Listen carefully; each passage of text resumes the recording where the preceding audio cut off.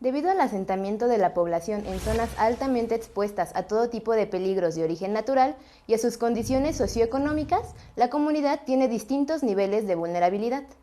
La vulnerabilidad entonces tiene orígenes sociales, económicos y políticos asociados a una situación de pérdida que van de 0, o sea ninguna, a 1, o sea total.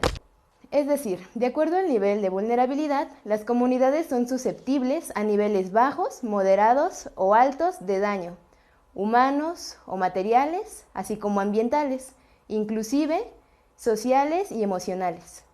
Debido a que la medición de la vulnerabilidad nos da una idea del alto o bajo grado en el que un elemento físico o social se encuentra propenso a ser dañado, su evaluación es de suma importancia para cualquier estudio de riesgo. Algunos de los factores que inciden en la vulnerabilidad son la fragilidad económica, social, ambiental y política. Existen distintos métodos de evaluar la vulnerabilidad. La mayoría de estos son subjetivos, debido a que no existe una metodología universal. Sin embargo, la mayoría de las investigaciones actuales tienen como objetivo pasar de lo cualitativo a lo cuantitativo. Para evaluar la vulnerabilidad, se deben tener en cuenta 3 consideraciones: quién es vulnerable, a qué se es vulnerable y por qué se es vulnerable. En quién es vulnerable se identifican los individuos y la población en general y la infraestructura expuesta de una localidad, región o nación. A qué se es vulnerable implica analizar los fenómenos a los que se está expuesto, como lo pueden ser un sismo, una inundación, una explosión, un derrame, sequías, etc. Finalmente, el determinar por qué se es vulnerable nos lleva a identificar las características que generan esa vulnerabilidad, siendo viviendas precarias, pobreza, debilidad institucional, etc. Para evaluar la vulnerabilidad necesitamos cierta información. Esta la podemos obtener mediante encuestas socioeconómicas y estructurales, revisión de documentos oficiales que consiste en el registro de eventos previos, fotografías sobre aspectos sociales, estructurales y ambientales, experiencia en campo, incluyendo participación, observación y convivencia.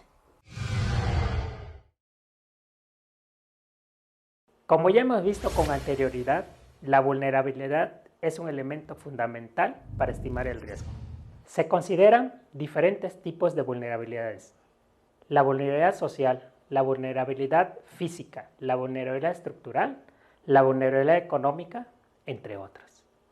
La vulnerabilidad estructural se refiere a la susceptibilidad que tiene una estructura a sufrir daños frente a un peligro, principalmente un sismo o un huracán.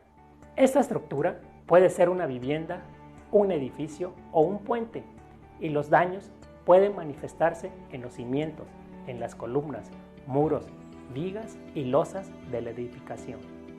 También la vulnerabilidad estructural puede manifestarse por el tipo de diseño y el material utilizado en la construcción, que hacen susceptible a que la edificación sea dañada.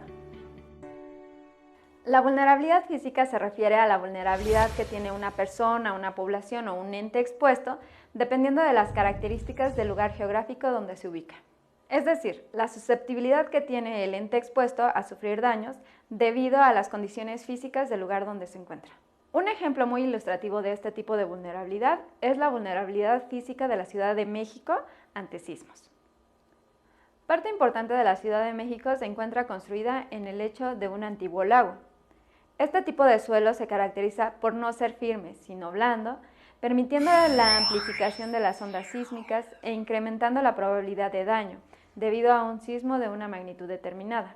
Por ejemplo, un sismo de 8 grados de magnitud puede no causar los mismos daños en la zona firme de la ciudad que en la zona blanda, debido a que la vulnerabilidad física en la zona blanda de la ciudad es mayor que en la zona firme. Vulnerabilidad social es la incapacidad de desarrollar acciones y mitigaciones para ayudar a evitar el desastre, de responder frente a las emergencias y de adaptarse a las consecuencias de la materialización de los riesgos. Algunos factores que condicionan esta vulnerabilidad son niveles de educación, pobreza, salud, rasgos de edad, discapacidad de las personas, carencia de cohesión social, usos y costumbres e ideologías de una comunidad, entre otros. La economía se refiere al modo en que se producen, se consumen y se distribuyen los bienes y servicios para cubrir necesidades, tanto a nivel individual como a nivel comunitario. Es decir, la economía consiste en la administración de los recursos escasos de manera eficiente. Tenemos entonces que la vulnerabilidad económica es la incapacidad de la población para cubrir necesidades básicas que le garantizan la calidad de vida, como lo son alimento, vivienda, educación, salud, etc., a nivel local, regional o nacional. Las principales variables para que exista vulnerabilidad económica son tres: el desempleo, la falta de ingresos y la carencia o difícil acceso a bienes y servicios. Estas tres condiciones van de la mano, ya que no podemos acceder a bienes y servicios si no contamos con ingresos adecuados, que a su vez se derivan del empleo. Es importante mencionar que la vulnerabilidad económica puede incrementar otras vulnerabilidades, como la vulnerabilidad social, física y estructural. De igual manera, estas vulnerabilidades pueden incrementar la vulnerabilidad económica.